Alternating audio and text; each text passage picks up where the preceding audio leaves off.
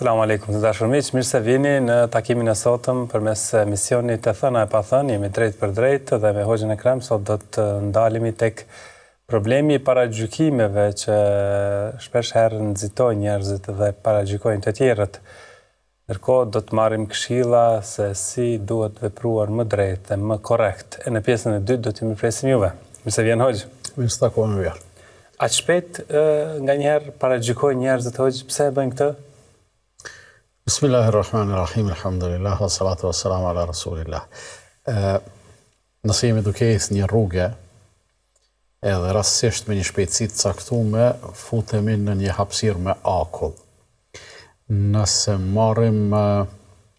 devijojmë nga rruga, zakonisht shkojnë njerëzit ka gremina, ka pjesa e ulët. Për një mend njerëzit kanë prirje të paragjykojnë, të mendojnë negativisht. Rrallë e gjenë të dikush prirjen që të arsyetoj, që të shpërfill ato, si me thonë, ato mendimet e kontaminuara, cilat eventualisht mund të bojnë hegjim në kokat tona, edhe nëse mundësia ose probabiliteti për të qenë ashtu si mendojmë ne, negativisht, mund të jetë mundësi më e vogël, më e kufizuar, se sa mundësi jo për me qenë fundit nëse dëgjojmë dikant duke folë ose duke vepruar diçka që mund të komentohet mirë ose keq. Mundësia për ta komentuar keq, mundësia reale dhe logjike është më e kufizuar, më e vogël. Megjithatë njeriu gjithmonë anon ka kjo negativja. Nuk e di pse, mbase për shkak se ekziston një, ta quajmë një anë e errët të njeriu, e cila a priori anon ka negativja, anon ka paragjykimi. Ekziston një transmetim i kontestueshëm gjithsesi, pra nuk është i vërtetuar, po megjithatë më ka bërë përshtypje kur thotë janë 3 gjëra për të cilave njeriu nuk shpëton dot, një prej tyre është paragjykimi. Ja thotë kur të ndodh që të paragjykosh, mbase e sheh një gjë, edhe më njëherë të shkon mendja keq diçka, thotë, "Ok, mirë, po mos e shpërfaq paragjykimin, mos lejo që ta shprehet." Nuk është kuptimi vetëm me fjalë. Nganjëherë njeriu e shpërfaq paragjykimin me një çndrim, ose me një çehre, ose me një të themi. Një mik ka organizuar një gosti dhe në rrethin e miqve je edhe ti. Ai ka thirrë ata 4-5 sa janë shok, i ka thirrë para teje edhe ty për ndonjë arsye është vonuar me të thirrë në ditën vijuse. Agostia mund të jetë pas 3-4 ditësh, edhe ti ke dëgjuar që ata i ka ftu, po ty s'ka ftu. Edhe në momentin që të fton, tash ti ke mujt prej që ke dëgjuar me paragjyku deri sot. Po nëse sot po të fton ai ti e shes se gabimisht ke paragjyku. E në këtë rast tash shpërfaqja e atij paragjykimit është me i thonë ma bo halal, po s'muj me ardhë. Pse? Cila është arsyeja? Kalon në veprim. Kalon në veprim, e merr një qëndrim konkret i cili është absolutisht i pabazuar. Pra kjo është nxitimi, është nuk është vetëm nxitim, është anim ka gjykimi negativ. A din çu kisha thonë kjo pse vjen Hoxha? Vjen për shkak se nuk e njohim mirë personin përballë nesh? Jo, nuk vjen. Unë mendoj që kjo vjen për shkak të një animit natyrshëm që e kemi ka heliga. Sikur mund të tingëlloj çuditshëm. Si të kuptohet kjo? Pikërisht desha të pyes sepse praktika e dëshmon. Jo, detyrimisht kështu duhet të jetë njeriu. Jo, është sikur na bëhet çefi kur e shohim dikant duke gabu. Për shembull, mund ta kesh mik për zemër. Mirë për një moment që ai mbase nuk për ndonjë arsye, mbase është shumë në rregull ai, po ja që sjellja e tij neve mund ta kemi thurë ta kemi çndis një pamje negative, e cila mund të jetë tërësisht e pa bazë, po sikur gëzohemi që të jetë ashtu e të mos jetë e kundërta. Pra sikur gëzohemi që miku ynë të ketë gabu, e ne e kemi zonë nga gabim. Dhe kjo pastaj pasqyron edhe probleme tjera. Po, gjithsesi. Nga brendia. Po, edhe nëse më thue, pse kjo gatishmëri e njeriut këtu, menoj që është thjesht veç dëshira për të dëshmu më superior, pra gëzohemi e vrashtë, e përime, pa kanë që është kjo që po them, po mendojmë të shprejmë një mënyrë të kuptueshme. Gëzohemi që e zumë mikun duke gabu, thjesht veç për të regu se unë jam maj mirë se ti se unë ti të zona tu gabu, unë e zgaboj. Prandaj nxitojmë ta paragjykojmë. Menoj që kjo është ajo kryesorja. Megjithatë, kjo është në kundërshtim të plot me gjithë ato cilat i promovon Kur'ani, me gjithë ato me cilat Islami insiston që ne të edukohen. Dhe është një porosi arsyeto 70 herë apo si është? Është shumë interesant është ajo porosia. Ajo porosia është një urtësi e mrekullueshme, thotë përpiqu të gjesh për mikun tënd deri në 70 arsye. E nëse në të gjitha ato prap nuk përshtatet, thuaj, mbase ka një arsye, po mu tani s'po mbije ndërmend. Do thënë edhe për te 70, se numri 70 jo rrallë kur përmendet në Kur'an ose në citatet të ndryshme, nuk e ka shifrën e saktë. Shifrën e saktë, por 70 do më thonë shumë, numër shumë i madh. Sikur ka ardhur në Kur'anin famal, istaghfir lahum aw la tastaghfir lahum in tastaghfir lahum 70 marratan la yaghfir Allahu lahum. Kërko falje për ta, i thotë Allahu Muhammedit sallallahu alaihi wasallam, për hipokritët, kërko falje për ta 70 herë, jo, kërko falje për ta, apo mos kërko, po dhe nëse kërko për ta 70 herë, Allahu nuk do t'i falë, transmetohet këtë thani dërguari Allahut, sikur ta dija se me 80 herë Allahu do t'i falte, unë do të kërkoja falje për ta, mirë, po kjo 70 që nuk është i synum si numër, po sado që të kërkosh falje, Allahu nuk i falë. Në këtë rast, sado që të duket se dikush ka gabu, përpiqu të gjesh arsyetime, pa numër arsyetime për te, edhe nëse në asnjënën prej tyre nuk të përshtatet fotografia, gjendja e mikut tande, vllaut tande, personit që qëndron përballë teje, thuj, megjithatë ekziston një kallëp i arsyetimit, por unë tani nuk e kam me vete për ta aplikuar me te. Dhe hoxh, është e vërtetë që kur paragjykimi bëhet përballë dikujt që nuk e dim gjendjen e tij, rëndon më shumë në peshojën e veprave të këqija? Fillimisht duhet thonë bujar që paragjykimin të gjitha rrethanat është ligësi. I ndaluar. Por themi ligësi, bëhet i ndaluar. Nuk kam dëshirë të trajtoj gjanat a priori me i ndaluar, gjuna i randë, kështu me radhë. Nëse e kuptojmë se është ligësi, në një farë mënyrë shpirti ynë vetveti duhet të krijojë një lloj rezistencë ndaj asaj gjaje. Ta refuzoj edhe të irritohet prej saj. Paragjykimi është ligësi, si të këtill Allah i madhëruar në udhëzon që të largohemi, të shmangemi, pra atë sa kemi mundësi, megjithatë ne njerëz ngelemi, sa do të kujdesshëm që të përpiqemi të bëhemi. يا أيها الذين آمنوا اجتنبوا كثيرا من الظن إن بعض الظن إثم. Oj që keni besuar shmangjuni paragjykimeve të shumta, për arsye se paragjykimet janë mëkat. E tash lidhja e ajetit, e kësaj pjesë të ajetit me pjesën vijuese, wala tajassasu.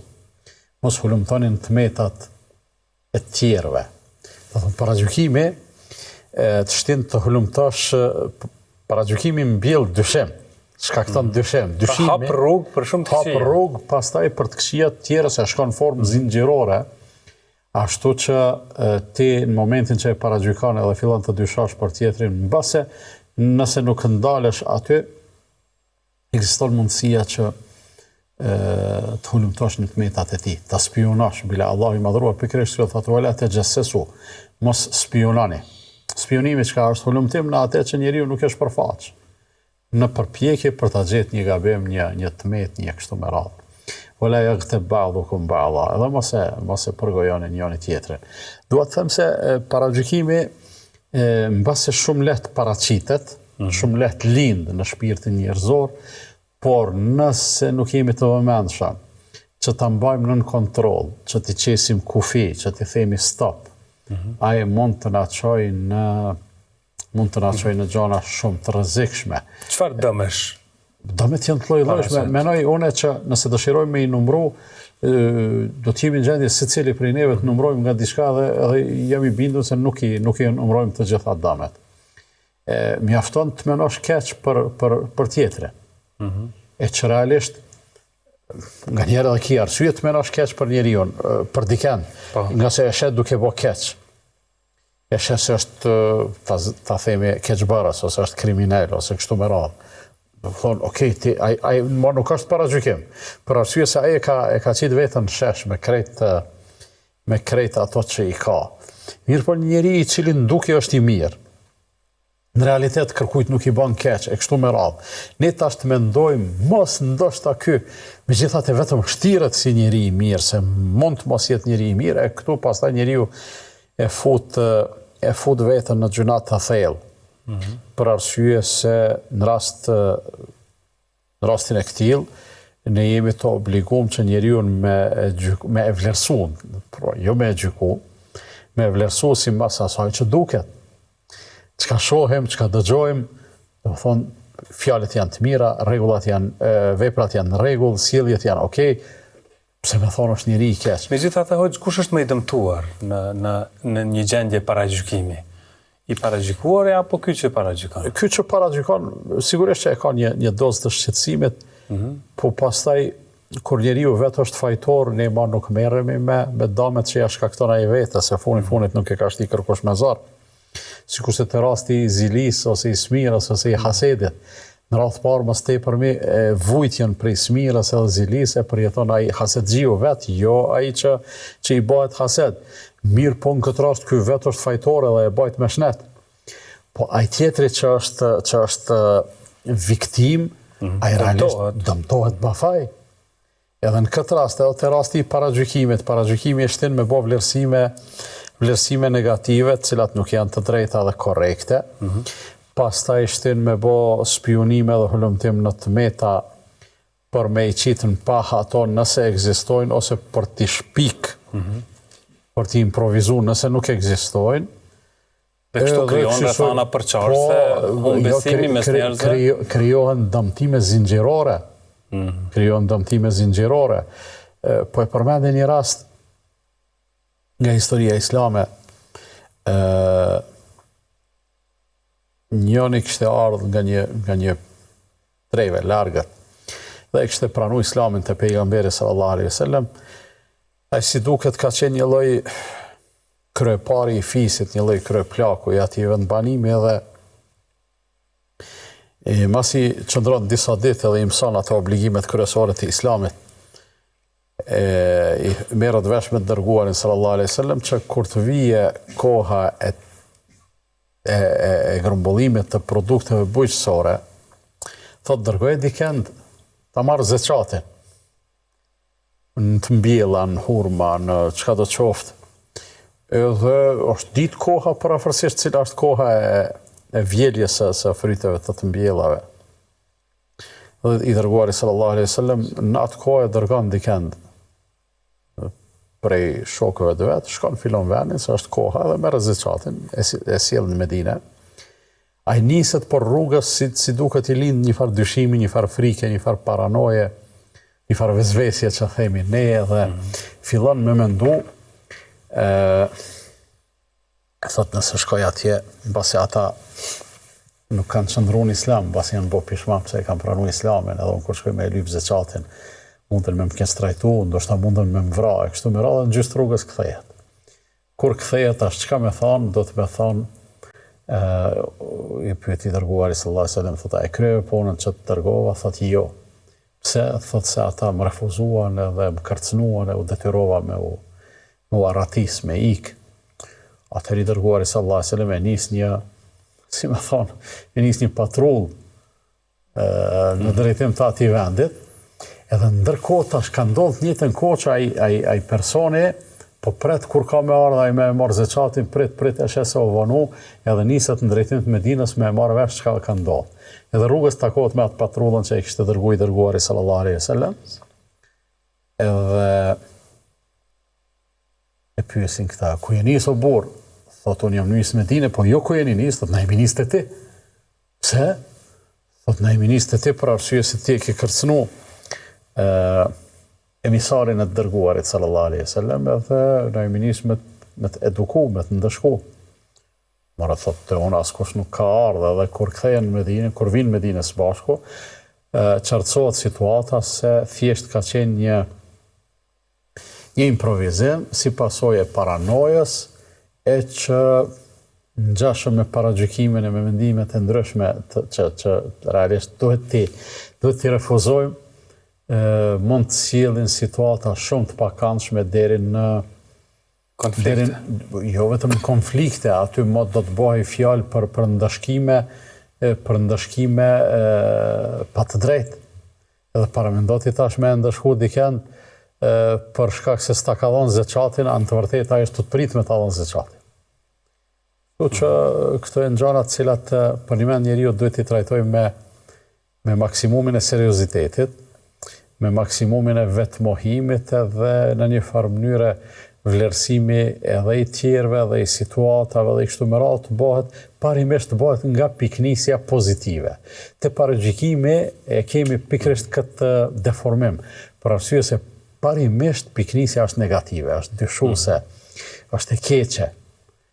Pra, Islami fuqishëm e përkrah atë që secili njeri është i pafajshëm derisa të mos vërtetohet fajësia e tij, ndërsa te logjika paragjykuese parimisht secili është fajtor, derisa të mos e kuptoj une se në të vërtetë është i pafajshëm, madje paragjykuesi vazhdon me insistu, jo, ai fajtor është gjithçysh, po nëse ku marr vesh çfarë faj ka bë.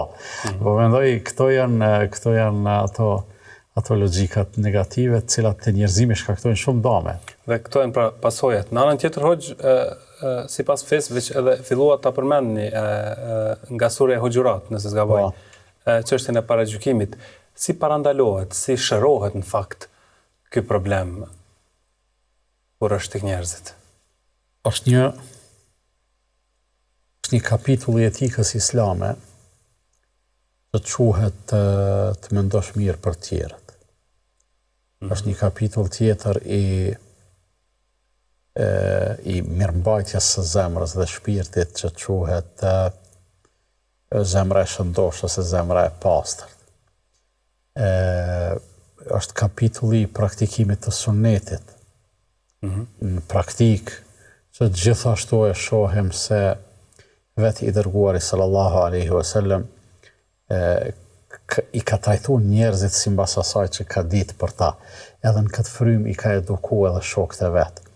Kanë ardhur një herë te Omeri radhiyallahu anhu dhe i kanë thonë që atje në periferi është një shtëpi, kur po kalojmë andaj pari, po i dëgjojmë njerëzit duke këndu natën, po dëgjojmë zonas që njerëzit normal nuk i bajnë. Po dyshojmë se aty konzumohet alkooli, se njerëzit e rëndomt nuk bajnë asi gjeste.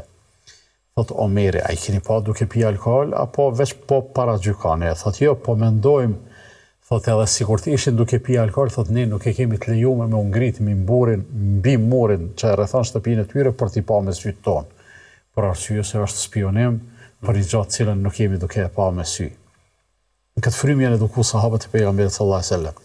Janë frymzuar prej asaj që ka thënë pejgamberi sallallahu alaihi wasallam, mos më falni keq për shokët e mi, për arsye se unë kam shumë dëshirë që kur të dal para tyne dhe kur t'i takoj të gjithë, pa asnjë paragjykim.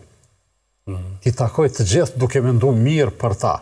Në të vërtetë pejgamberi sallallahu alaihi wasallam e ka ditë se të gjithë njerëzit gabojnë edhe këtij rregullin nuk i shpëton askush, mirë po dikush që gabon edhe në një farë mënyrë nuk ndihet komod në gabimin e tij. Mbasi sonte ka gabu, pas 5 minutave është ndikeq ka bë teube Allahut.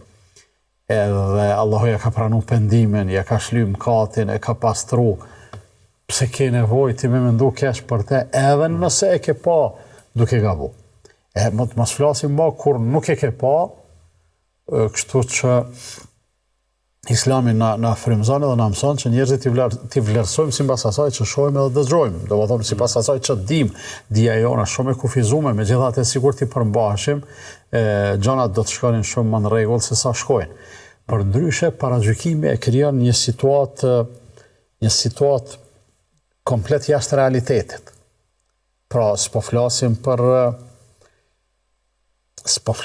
vlerësim, po flasim për qëndisje ose thurje të një pamjeje komplet ndryshe nga realiteti. Edhe unë mendoj se paragjykimin në këtë aspekt lind edhe zhvillohet të njeriu si pasoj e ndikimeve djallëzore. Njerëzit, sidomos ata që racionalizmin e kanë të theksum, e kanë deri në ekstrem, e kanë vështirë ta kuptojnë si ka mundësi që njeriu të jetë ndikuar prej forcave të jashtme të errta, edhe në këtë formë thot ju po ja leni gjithmonë, po keni prirje gjithmonë ja lën fajin shejtanit. Në të vërtetë faji i shejtanit nuk e shfaqson njeriu, por arsye se Allah i madhruar i ka thonë djallit të mallkuar inna ibadi laysa laka alehim sultan. Robët e mi, ti nuk ke ndikim me ta.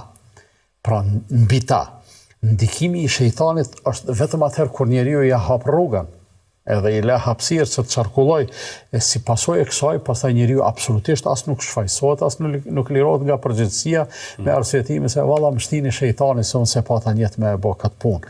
Mirë, po në këtë rast ndikimi i shejtanit është i pamohueshëm. Edhe ne mund të mos e kuptojmë, edhe nuk e kuptojmë deri në detaje se çysh ndodh ajo, për shkak se shejtani i takon një dimensioni tjetër i cili për ne është i pakapshëm. Por edhe pse nuk e kuptojmë, ne e besojmë, nga se lajmi na ka ardhur nga burimi i konfirmuar, nga shpallja, nga fjalët e Allahut fuqiplot, edhe nga sqarimet e pejgamberit sallallahu alaihi wasallam. Pra vetvetiu nëse i lëm hapësirë shejtanit, ai do ta thurrë atë rrjetën e vet në mendjet tona, edhe ne do ta shohim njeriu me paragjykim. Pasojat që i përmend një prej pasojave vetanake të paragjykuesit është se do të vijë një kohë kur mbase do të detyrohesh ti kërkosh falje njeriu edhe ti thosh ma bëj halal, po unë kam menduar për ty se je njeri i keq, e ti qenë ke njeri i mirë. E tash të kërkosh halal. Kalkulo nëse problemi kështu është boja. Të kërkosh halal prej tjetrit nuk është e këndshme. E ka një dozë të përulljes të nënçmimit të vetvetes, kështu që mos e krijo vetit situata të tilla. Dhe në fakt Hoxh, shumë mendime kur shprehen mund të konsiderohen paragjykime, por jo detyrimisht janë ashtu. Mundemi me bën një dallim mes mendimit paragjykues dhe një mendimi që është një shqyrtim i arsyeshëm për tjetrin. Po, sigurisht se po. Paragjykimi dhe gjykimi ose vlerësimi negativ. Vlerësimi negativ edhe mund të ekzistojë, por arsye se sikur se thotë është i arsyeshëm, edhe është i logjikshëm, është i bazuar në argumente. Pra, flakje ose thirrja e Islamit për ta flak paragjykime nuk është thirrje për të relativizuar të gjitha sjelljet e njerëzve, si të mirat si të këqijat. Allah i madhruar ka thonë e feneja'alul muslimine kel mujrimin. Na nuk i barazojmë ata që janë të nënshtruar edhe në rrugën e Zotit me ata që janë kriminal. Do të thonë e mirja wala tastawil hasanatu wala sayyi'a, nuk barazohen e mira me të keqen. Edhe këto gjëra ne do të thonë i kemi shumë të qarta. Kështu që nganjëherë ti kemi vlerësuar negativisht diçka, po është vlerësim. Është kritik. Edhe dikush mbas edhe do të jetë në situatë që edhe të gjykoj. Edhe pse të edhin të gjykimi, unë jam, si me thonë, kam dëshirë me qenë shumë i kufizuar, të e pas parasysh se nuk kemi të gjithë gjykatas. Edhe unë e them shpesh, nuk kemi pse ja bojmë gjykatë si njëri tjetrit. Kjo vlen për mu, për ty, për njerëzit e rëndomt, ama edhe dikush do të me luajtë rolin e gjykatësit. Ja i gjykatësi ka me marrë vendim nëse ka gabu filani ose s'ka gabu. E njerëzit të e ditë që gabojnë, s'monesh me thonë se ja njerëzit kur s'gabojnë. Këto e në vlerësime, këto e në gjykime, ka argument, ka dëshmi, ka kështu me radhë, por edhe në atë, besimtari sidomos do të jetë shumë i vëmendshëm, i kujdesshëm, që të mos bëj vlerësime të tepruara, nga se ashtu sikur se edhe para gjykimi, ashtu edhe mlefi në gjykim është një pikë e dobët të njeriu që mund të ndikoj në shmangjen nga racionalja dhe korektja, shmangjen nga arsyeshmja dhe e drejta. Për atë arsye në rregullat e jurisprudencës islame kanë thonë gjykatësi kur të ulet për të gjyku, gjykatësi autorizuar kur të ulet për të gjyku, do të jetë në gjendje tërësisht normale. Të mos jetë madje as i uritur, të mos jetë as i sëmur, mos jetë as që themi ne në zorë për të shku në banjo, Në asnjë prej këtyre nuk duhet të jetë maksimalisht i lirë prej të gjitha ndikimeve në mënyrë që dija edhe logjika e tij, se nuk është vetëm logjika, po dija edhe logjika e tij ta lën atë as të pavarur sa të gjykoj sa më drejt që është e mundur. E tash të mos flasim për rrethanat në të cilat njeriu edhe mund të jetë paragjykues. Shef, Islami nganjëherë edhe paragjykues i arsyeton. Jo deri në justifikim, jo deri në shfaqsim. Mirë po Islami e parashes se njeriu megjithatë ka prirje të paragjykoj. I dërguari sallallahu alaihi wasallam ishte njëherë duke ecë me bashkëshorten e tij Safijen, edhe dy persona ishin duke ecë në drejtimin e tij, po kur e pan pejgamberin sallallahu alaihi wasallam me një femër, ata nuk e dinin se kush ishte ajo. Ata e fyn rrugën edhe kalun dika tjetër, I dërguari sallallahu ndaluni tha një çast ju dy aty, tha kjo gruaja që po e shihni me mua është Safia, bashkëshortja ime. Ata I thanë, ja Rasulullah, po pse po na arsyetohesh, ti nuk ke nevojë të arsyetohesh. Thot shejtani qarkullon në trupin e njeriu, sikur se qarkullon gjakun në enët e gjakut, andaj pata dëshirë mja parapri, mos me lan, mos me mbet hapësira ati, për me thonë, a thu kush ka ajo femër me pejgamberin sallallahu alaihi wasallam. Tash, në këtë aspekt, kemi dy udhëzime interesante. E para, njeriu duhet të ketë kujdes. Edhe nëse je burr I mirë, edhe nëse je njeri korrekt, edhe I përkushtuar, I kujdesshëm, megjithatë mos bën sjellje dhe veprime të cilat mund të interpretohen edhe kështu edhe ashtu. Mundo me I ikë në maksimum ngacmimit të paragjykimit të tjetri. Pra sa është e mundën gjithsesi, ato vjen pyetja e shprehje që thonë fjalët e njerëzve nuk ndalen asnjëherë, s'ka mundësi me që me thonë mirë qitë kapak. E vërtet është. Mirë po është e rëndësishme që ne me sjelljet tona, me pakujdesin tonë, të mos u japim shkas njerëzve. Mos provokojmë paragjykim. Brava, mos provokojmë paragjykim, mos u japim shkas që të mendojnë keq për neve. Janë disa shprehje të urta popullore, të na në të kaluamën kanë thonë e gamja si e bamja. Sa do të thonë e gamja, e nxamja. Do të thonë një vepër e cila është duket sikur vepra e keqe. Në të vërtetë nuk është. Ma mirë është mos me e bë. Jo se është e ndaluar, po flasim për ma mirë, s'po flasim e lejuar e ndaluar. Dhe hoq këtë shembullin që përmendet Muhamedit alayhis salam. A mund të nxjerrim mësim që nëse shohim se dikush po na drejtohet me paragjykim apo ka tendencë na paragjykojë, ne ta parandalojmë në mënyrë që ta ruajmë tjetrin, sikurse rasti që po do të ishte mirësi, sigurisht. Edhe kjo është ajo e dyta që desha të them. Do të ishte mirësi që të përpiqemi të mos lëmë hapësirë për paragjykim. Por nuk e kemi gjithmonë kurajon, nuk e kemi gjithmonë vëmendjen.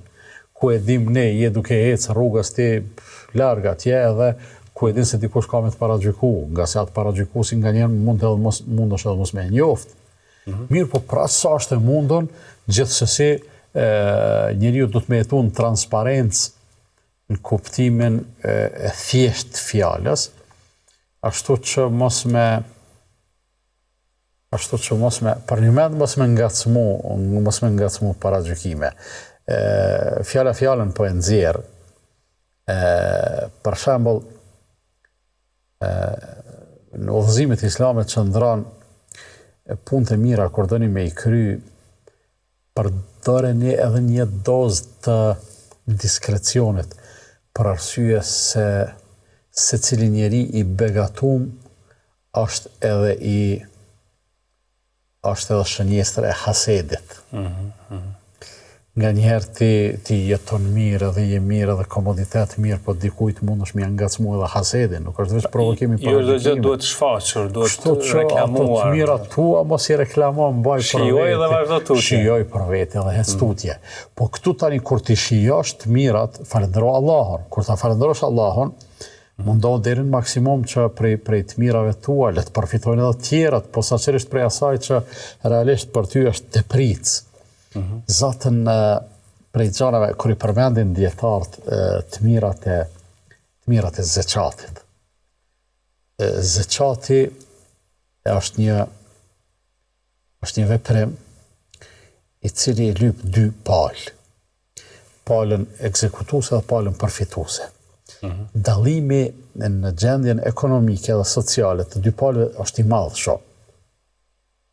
Për arsye se nëse themi, ai që i ka 10.000 euro, jep zeqat 250 euro. Ai që i vyn 250 euro, ai që i kryen punë 250 euro, do më thonë është në gjendje pothuajse të mjerueshme.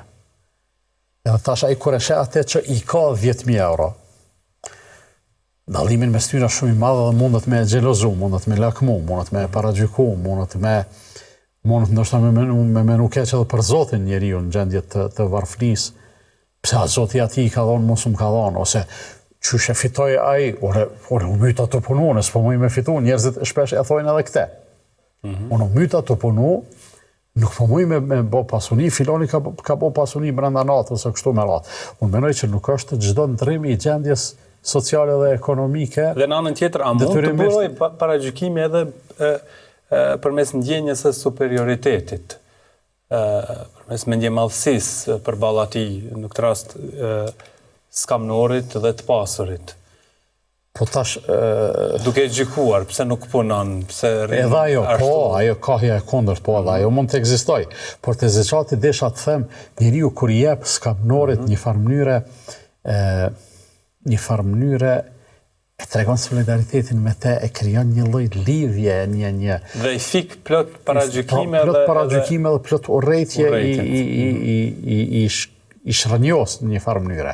Ndërsa paragjykimi i dvarfrit për të pasur edhe rasjevtas, po, është evident gjithsesi. Për arsye se shpesh i dëgjojmë në situata të thjeshta bujar, punëdhënësit edhe punëtorët. Ankesat që janë mes dy palëve, që i kanë ankesat për njëri tjetrin, e shes se sa mund të përhapet një lloj urrëtie mes dy klasave, mes dy kategorive. Për shembull, punonësit punëtorët thonë, ata neve na eksploatojnë, na kështu, nuk na paguajnë hakun e kështu me radhë. Me ndihju punëdhënësit thonë, ata bëhen idare pe neve, rrezikun e kanë te na, nuk janë të kujdesshëm, punës nuk e japin hakun, pajisjet nuk na i ruajnë, pasuninë na e shpërdorojnë e kështu me radhë. Të gjitha këto, unë menoj se duhet të evitohen, edhe të dy palët kanë borë që të evitohen. E para me përzëmërsi, nëse ti një mendon se unë po ta ha hakun, hajde edhe ma thuaj. Jo vlla, unë punën që e bëj, vlen më shumë se kjo pagë me cilën ti mu më trajtar edhe më pagun. Është një farë përzëmërsi, një farë sinceritetin, po. E para, e dyta, edhe ai nalt njëjtë mund ta bëj, nëse ty duket se unë po e shpërdoroj pasuninë tonë, ma thuaj. Po menoj, mos e bën këtë punë kështu, ose ruaj pak mjetin ose makinën ose kështu me radhë. Por unë menoj se ai më njanu si më i mirë, më efikas i këtyne jo dallimeve, se dallimet megjithatë do të ekzistojnë. Pozicioneve. Po i këtyne pozicioneve dhe i këtyne inferioriteteve, do të ishte sikur ata, për shembull, ani pse i kanë pozicione të ndryshme, për shembull, një vakt të ushqimit të hanë bashk. Unë e vlerësoj shumë kur disa ndodhi këto gjëra, dëgjojmë për to. Për shembull, e prori përgjegjësi, shefi, pauzën e mëngjesit ose të drekës, e kalon bashkë me punëtorët e vet edhe hanë të gjithë së bashku. Ulja në një sofër, ulja në një tavolinë, pirja një çaj ose një kafe bashk më njëron shumë gjana, për arsye se gjatë asaj ndeje do të shkëmbehen disa biseda dhe ato biseda tregojnë afërsi, afërsi e cila e zvogëlon distancën, për arsye se distanca mes njerëzve është fusha më pjellore për paragjykime. Distanca, largësia mes njerëzve është hapësira më pjellore për paragjykime. Në këtë rast mos diskutimi, mos komunikimi, po. I problemeve. Në fakt, hoq, nuk mundem pa trajtua edhe këtë rrethan të informacioneve të shpejta që marrin njerëzit, sidomos përmes rrjeteve sociale. A mendoni se i kontribojnë paragjykimeve? Po, qesh, ja.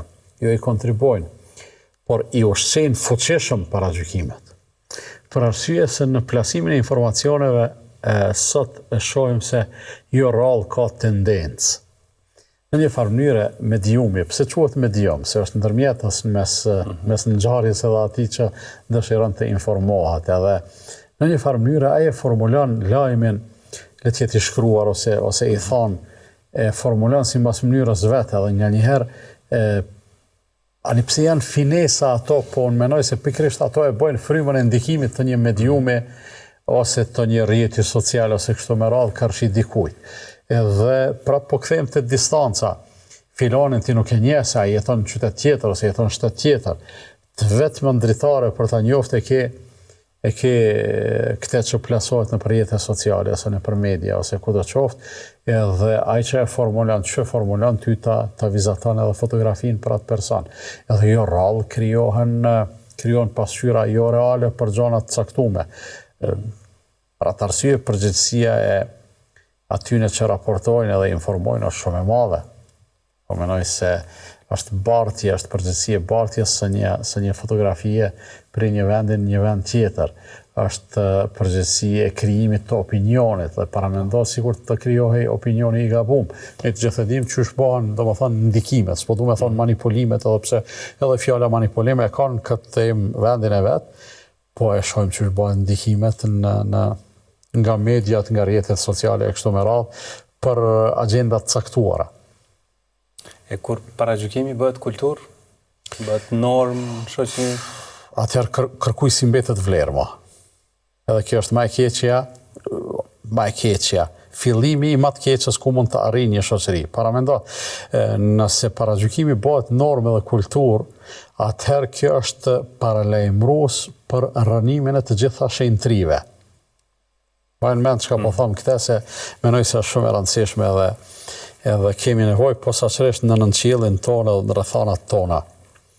Paragjykimet edhe fryrja në to, pra kultivimi i tyre, shndrrimi i tyre pastaj në gjykime, shndrrimi i tyre pastaj evoluimi i tyre në linçime.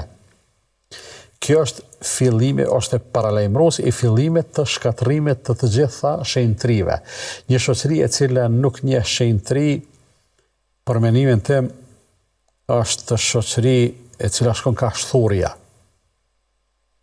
ka humbja e unitetit, ka përçarja, çka po nënkuptojnë me fjalën shenjtri. Nuk e kam fjalën vetëm për shenjtrit në kuptimin e besimit edhe atë fetar. Edhe pse çdo e drejtë e njeriut është e shenjtë. Islami këtë në mënyrën më të mirë e ka formuluar. Çka është e shenjtë për mua në relacion me ty? Jeta jote, pra siguria jote, është dinjiteti yt edhe pasunia jote. Këto janë shenjtri, edhe në shenjtri njeriu zguxon as me i shku menja me shkel, se lemo me zgjat dorën. Edhe nëse unë jetoj kështu në relacion me ty, me tjetrin, me secilin, unë do të jem shumë i kujdesshëm që në asnjë mënyrë, domethënë të mos e rrezikoj tjetrin. Nëse dikush arrin ta rënoj këtë në zemrën edhe në mendjen time, në karakterin tim, këtë fortesën e shenjtrive të tjetrit, atë çka do të ndodhë me mua? Veç mos mujsha, se edhe kam me të dëmtu fizikisht, edhe kam me ta dëmtu dinjitetin e integritetin, edhe kam me ta dëmtu pasunin.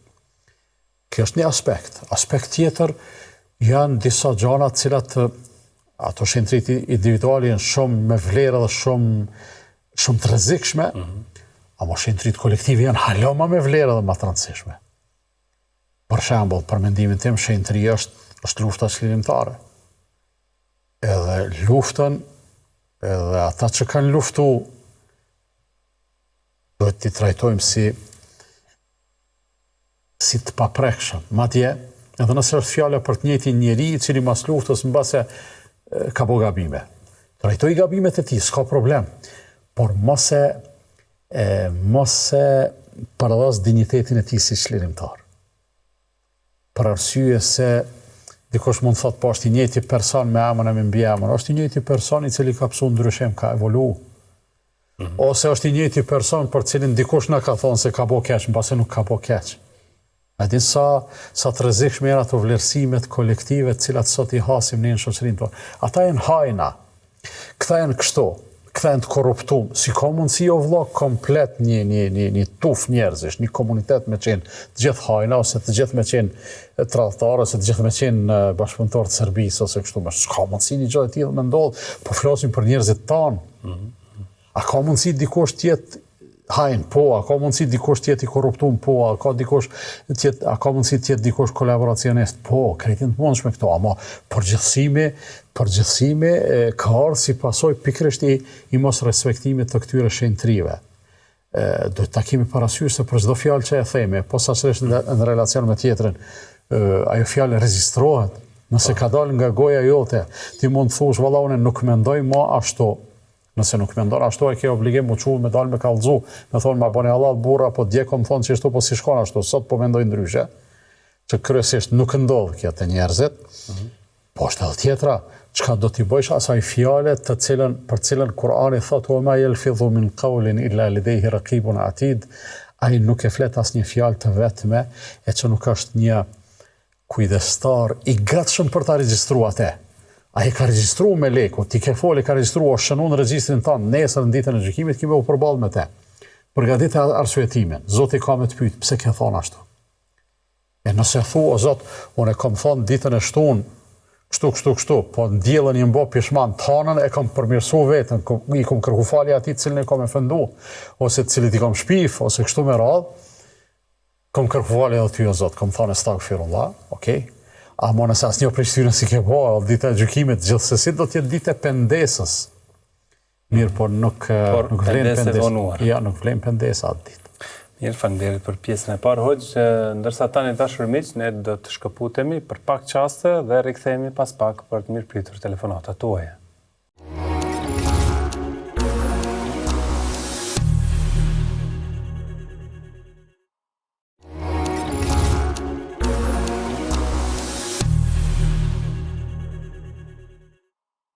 Vazhdojmë tutje të dashur miq, do t'i mirëpresim gjithë na telefononin, derisa do të kemi një telefonat, lexojmë disa pyetje, thot pyetja, a ka ndonjë dhikër që feja u jep të rinjeve për me u ruajt prej të këqijave?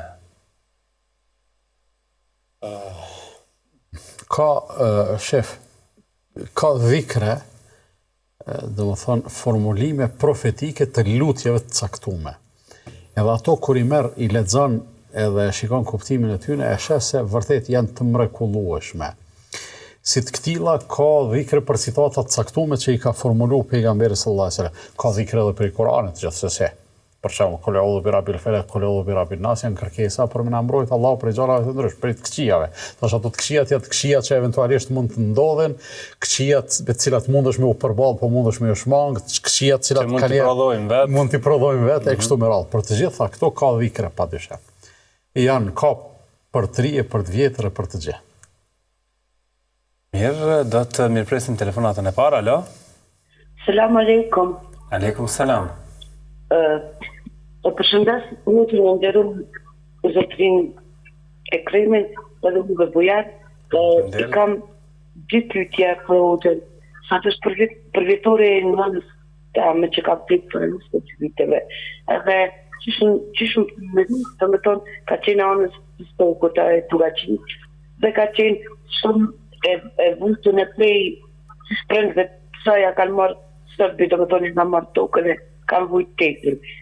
Është martu, do më tonë në babën temë dhe shalë e Tugaqin nuk janë për të një ko mirë. Të të një jetën ka qenë të qishe e umurt, është falë 5 vakti namaz, edhe ka vdekën në qonë.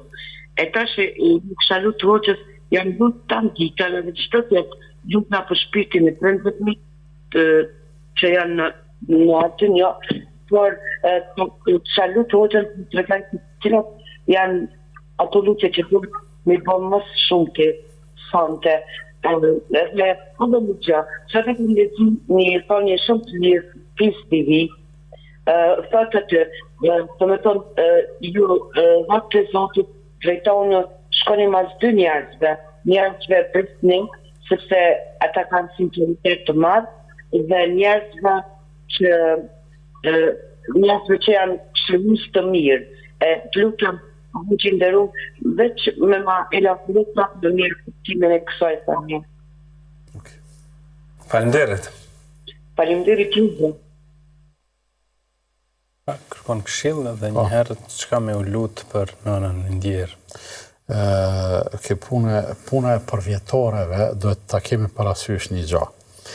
Elhamdulillah, mas pari të përgëzoj për brengën, për arsye se njeriu i përkushtuar edhe i sinqert, kur t'i vdesin prindrit, për një mend në shpirtin e tij krijohet një dëshirë, pse sa ishin gjallë nuk bona sa duhet, derisa e çorton veten se s'ke bo sa duhet për ta, se s'ke qenë sa duhet i mirë për ta, padyshim që është ndjesi pozitive kjo. Edhe sado që të kesh qenë i mirë ose i kujdesshëm, prapë në veten tonë ndinë se ndoshta është dash diçka më shumë të bëjmë. Po mendoj kjo është shumë pozitive. Kur të vdesin, gjithsesi do të dëshiroj të bëhet çmas për ta. Me pas mundësi do ta shkrihet gjysmën e pasunisë tënde, veç me mujt aty në më u bë mirë. Bamirësia ndaj tyne është e mundshme edhe pas vdekjes, sikur se ka qenë e mundshme sa kanë qenë gjallë. Kur kanë qenë gjallë, ne nuk jemi sjell, kujdesshëm edhe mirë edhe me respekt për ta, veç kur e kanë pas ditëlindjen, të themi, masi bëhet fjalë për përvjetor këto. Po gjatë gjithë vitit. Edhe këtu, përvjetori i vdekjes nuk duhet të shënohet në mënyrë të veçantë, po duhet të çdo ditë e jetës sonë të përpiqemi t'i kujtojmë ata në lutjet tona dhe në veprat tona. Në lutjet tona ta bëjmë një shprehi, mund ta bësh ti vetë një shprehi tona, një formulë tonën që me u lutë në kohë të caktuar për prindrit tu. Ndoshta më e mira, e lehta dhe më praktike do të ishte, sikur për shkak pas çdo namazi që ti e fal, kur lutesh për vete, për fëmijët tu, për familjen tone, luto edhe për prindrit tu të vdekun. Madje unë mendoj se është shprehi e mirë, edhe i kisha këshillu të gjithë që bashkëshortët kur lutën, për shembull burri, nëse lutet për prindrit e vet, lutet edhe për prindrit e bashkëshortes, edhe anasjelltas. Për arsye se çdo lutje ti që e bën për tjetrin, le të jetë ai prindi yt ose prindrit e burrit, ose dikush i familjes, ose dikush një koleg që ka vdekur ose kështu me radhë, ose i gjallë nëse të jetë, çdo lutje që e bën tjetrin për tjetrin në mungesë, Allahu do ta dërgojë një melek i cili të njëjtën lutje do ta bëjë për ty. Do të thotë fitimtari je ti. E bën një shprehi të caktuar, sikur shprehit ditore që i kemi, edhe lutesh për prindrit tu. Kjo është sa i përket lutjes. Në vepra, ndonjëherë të shkon mendja me dhënë sadaka. Nëse kime i dhënë 10 euro sadaka, bëje njetë qatë sadaka për ty, për familjen tone, po bëje njetë edhe për të vdekunit tu. Mos mendo se, me thonë valla, kjo është pak, e ndoshta ka pak se vape, qysh me i nda me ta. Jo, vepra mundet në sytë tu me u doke e vogël, edhe kjo është e mirë kur duket e vogël, por dije se shpërblimi i Zotit është shumë i madh. Edhe atë shpërblim pastaj Allahu nëse ja jep edhe tjetrit, do të thotë se ta mungon ty, mbasi mund ta shumë fishoj. E t'ja jep një kopje të shpërblimit tënde edhe prindërve tu, edhe dashurve tu, edhe kështu me radhë. Ka mundësi të panumërta për me mbajt atë lidhjen, ani pse ata tash janë në një botë tjetër, janë në një dimension tjetër, cilin ne e besojmë, nuk e kuptojmë, nuk e përjetojmë, por nëpërmjet lutjes dhe nëpërmjet veprave të mira e mbajmë atë lidhje. Te ajo pyetja tjetër, domethënë pasojë njeriu që është besnik edhe këshillues i mirë, ne të gjithë e dimë se besnikëria është virtyt shumë i çmueshëm. Besnik është ai i cili nuk tran, besnik është ai i cili nuk të mashtron, ai i cili nuk tradhton, ai i cilit kur jep një emanet ta kthen çashtu që ke dhënë, edhe normal që secili do duhet që në rrethin e vet të kishte filtra të këtill, që vetëm kësi njerëz me pas në rreth, mos me pas asit cilët na rrezikojnë.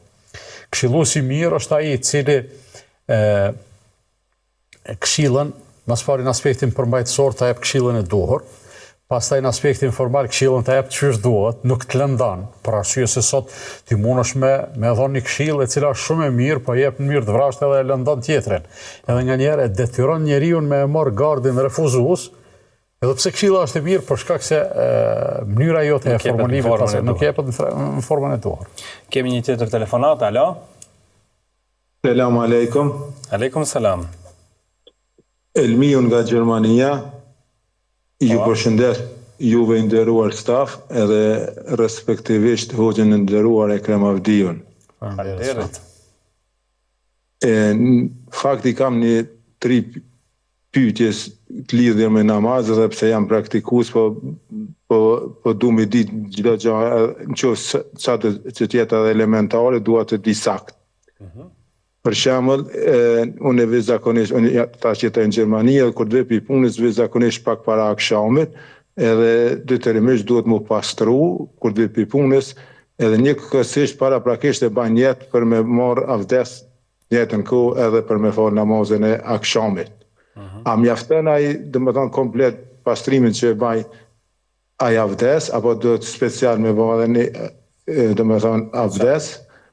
Edhe ndërkohë përderisa jam duke u pastruar, nëse bajnë lëshim fiziologjik gazrave, a duhet me dalë prapë i banjës me bën jetë, apo mjafton ai njeti paraprak që kum bën? Kjo ishte pyetja e parë, ju lutem. Po, pyetja e dytë. Pyetja e dytë, kur po baj namaz, kohët fundit po habitem diçka në për recate her pas here, po ndërkohë kur jam vetë, kur janë tjerë në punë, jam vetë në dhom, po mundohem të fali me zë pak ma të ngritur se jam vetë, nuk është se as kur janë familja, po kur jam vetë, mundohem me zë pak ma të lartë, jo në heshtje me falë, namazet se jam ma i sigurt edhe nuk ka bëj asnjëherë. A lejohet me zonë me fal namazin kësaj raste, kur jam vetë banes, dhe e treta, nëse ndonjë lëshim e baj gjatë namazit, e baj ndonjë lëshim, ose më kujtohet që e kam bërë tepër diçka, a vlen e njëjta se visejda, sikur që më kujtohet që e kam bërë tepër, ose në rast se e kam bërë mangu. E qartë. Kjo ishin 3 pyetjet e mia. Faleminderit shumë të nderuar, selam aleikum. Faleminderit, aleikum selam. Po, do të marrim një tjetër telefonat, alo? Selam aleikum. Aleikum selam. Më ndesh një pyetje rreth zeqatit. Po? Ndeshta me pyet, a duhet ta llogarisë zeqatin sipas çmimit aktual të parit, apo sipas asaj që më jep një argjëntar për parin që kam? E kuptuam, faleminderit. Po, ju faleminderit. Faleminderit juve. Kemi telefonat tjetër, do ta inkuadrojmë, alo?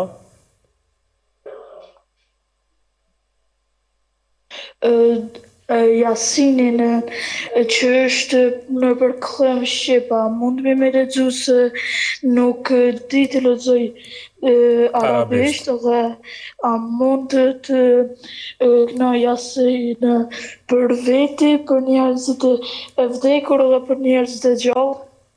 E qartë. Faleminderit.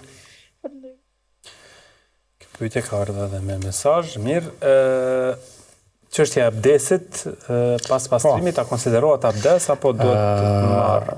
Vllai dashur, edhe ju të gjithë që na përcjellni edhe na dëgjoni. Kur hyni në banjo për të pastrimi mund të jetë pastrim me karakter fetar, sikur se është pastrimi pe gjunë bllokut, ose mund të jetë pastrim normal në kuptimin pe djersve, ose për freskim, ose kështu me radhë. Në të gjitha rrethanat, për të qenë ju të sigurt për punën e abdestit, pasi që të keni përfundu pastrimin, të gjitha rrethanat praktikojeni në fund të pastrimit. Pra, akoma pa dalë prej dushit, merrni edhe abdest. Edhe pastaj thaheni, fshiheni, visheni, edhe kur keni dalë prej banjës, keni dalë me abdest. Këtu hyn edhe përgjigjja në atë pyetjen tjetër, nën pyetjen që thotë nëse gjatë larjes ndodh diçka që realisht e prish abdestin. Abdesin në fund të larjes, domethënë i eliminon të gjitha, e pastaj njeriu e din kur është me abdest çka bën me bë dhe çka s'bën me bë. Qartë. Nëse habitem gjatë namazit, ndonjëherë falem me zë. Kur falesh vetëm, bën me u fal me zë, po të e pas parasysh si kur falesh në xhami me imam. Do të thonë drekën edhe ikindin me zë i merr tekbiret, po këndimin e Kuranit e bën me pashpëritje. Se nuk këndohet me zë drekën ikindi. Sabahun akşamın yatsi, edhe nëse falesh vetëm, mundesh edhe këndimin e Kuranit me bë me zë sikur ti ishe imam. Edhe nëse kjo të ndihmon që të përqendrohesh më mirë, padyshim që është në rregull. Sa i përket lëshimeve në namaz, tash dietarët, fukahat kanë thënë se harresat që prodhojnë mangësi ose shtim, sipas asaj disa e kanë ndarë se visejtën, atë bëhet para selamit, atë bëhet pas selamit. Disa thonë jo, jepet selam një në anë, bëhet 2 sejdë, pastaj jepet selam 2 anë, cilën do që ta praktikoj, unë mendoj se jenë rregull, për arsye se sejdëja e sehvit, pra e harresës edhe e habis, është po pikrisht për këtë, për shkak të lëshimeve eventuale që i bëjmë në namaz. Si me llogarit zekatin, thot? Si me llogarit zekatin, sipas asaj që thot argjentarin, apo sipas arit që është aktualisht? Po tash ti e llogarit simbas, nëse e ki fjalën për stolit e arit, aty ka debat a duhet as duhet zeqat. Nëse ki arit që realisht e llogarit si pasuni, e që sot të e pas parasysh se monedat paret po devalvojnë e njerëzit po shkojnë ka ajo që ta investojnë në ari, nëse ki ari në kuptimin e shufrave, ose lira e 5 lirë e kësi gjana, e llogarit si mas çmimit kështu, jo si mas asaj që ta vlerëson argjentari. A nëse ki ari që realisht edhe është përdor për stoli e që praktikisht edhe i ka humb pak vlera prej blerjes, atër zeqati nuk është për me të damtu. Po e zomë, nëse sasinë e arit që te ke vlerë 20.000 euro, po ajo tash ka vlerë 15.000 euro realisht, edhe me dasht me shit s'munësh me shit ma shumë, e llogarit si 15.000 euro. Jasini shqip, thot, për vete, për të tjerët? Jasini shqip. Nuk di arabisht. Kisha pas dëshirë që të gjithë t'ja vënojnë menën kësaj që ka po du me thonë. Jasinin lexojnë shqip, edhe ju që dini me lexu arabisht, lexojnë shqip. Jasini i ka 83 ajete. Të gjitha përgjigjet rreth Jasinit, për kanë me knu, për kanë mos me knu, shme bon jetë që aty në qatë përkthimin e Jasinit shqip i gjeni. Përkthimin e surës, përkthimin e ajeteve. Lexojni me vëmendje, krejt përgjigjet sa të ikin. Marrim edhe një telefonat me që është në pritje shumë gjatë. Alo? Do është në pyetje për hoxhën. Do është pyetje personale për mu në atë aspekt, po besoj që prej hoxhës dhe rrugë në marrë një përgjigje ka të bëj me dinon në tradhtim. Ka të bëj me person në familje, se ja bon familje tem, ose motra ma sinqerisht. Po tash ajo më thonë, u bo, me burrin u pajtu apet është në rregull, po nëse vëllon nuk po mëj mu pajtu me të sen, nuk ashta që jam pas bagdesh i foli pas ko namaz, që e di pak a shumë dënimin e zinat, nuk po mëj mu pajtu në të aspektin që shumë ka më herët me motrën, për pos që nuk e kom ndalu me ardhë, nuk ka vdek baba ma të thoi që ka ndodhë në skume, ndalu nuk kom bu kur gjë vjen, për shkak nonës e kështu, për krejt, shka e bëj për hirë të Allahut dhe për hatër të nonës, kështu, më kështu nga gjendin që shumë ka nuk mëj. E qartë, falenderit shumë. Falenderit shumë, me respekt. Allah e trujt, Allah. Nuk të s'kemi më pyetje, apo? Jo, nuk kemi në fund të emisionit. Të marrë shtruar përgjigjen, mos t'jemi impresion. Lajdashur, se cili mkat e ka peshën e vetë, se cili mkat e ka shëmtin e vetë, por prapa se cili të mkat qëndron një derë të cilën kërkosh kërkujt nuk mundet me mbyll. Mundet vetëm njeriu vetë mos me e hap, edhe ajo mbetet e mbyllur. Pra nëse personi që ka gabuar dëshiron me e hap derën e daljes prej asaj situate, derën gjithmonë e ka të hapun, edhe Allah i madhruar gjithmonë e pret. Gjithmonë e mirë pret. Për me u shprej hala ma drejt. Edhe mkati i zinas, ka peshën e vetë, i ka besa edhe implikimet e veta konkrete, po me gjithate edhe kjo e ka atë derë. Nëse njeriu pajtohet edhe prej zinas, Allah i madhruar e mirë pret pajtohet, pendohet, më falni. Allah e mirëpret pendimin edhe kthimin edhe përmirësimin. Neve, kushdo që është edhe ma fetar, edhe ma i përkushtum, edhe ma i rujtun, posaçërisht në aspektin e moralit edhe të nderit, normal që e ka pak më vështirë me e gëlltit, me e ka përcy këtë punën e këtij të i kalime ose këtij mkati. Megjithatë, unë menoj se nëse personi, çfarë do lidhje të afërsisë që kemi me te, nëse është pendu prej mkatit, ne duhet të trajtojmë si të pendum, të përpiqemi të trajtojmë ashtu sikur se e ka trajtu Allahu fuqi plot. Nëse ti në zemrën tonë në shpirtin tonë e ki hala këtë ndjesin, sikur s'munësh me e fal, Megjithatë mundo me te i kalu këto për hir të Zotit edhe për shkak të afërsisë që keni. Faleminderit shumë hoxha. Faleminderit të mirë. Dashur miq, kështu arritëm në fund të takimit të sotëm. Faleminderit shumë që na ndoqët. Mirëmbëjtje.